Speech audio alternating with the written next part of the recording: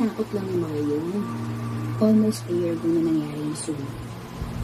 At hindi na nila naabutan ng nangyari. Ano ba kayo? Nagpapaniwala ba tayo sa mga multo?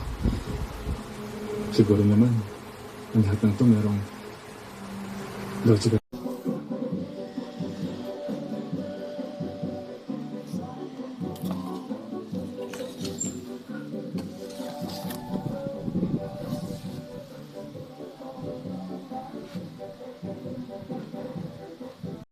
Gusto mo kay Clarice, mapicturean mo, para yung document.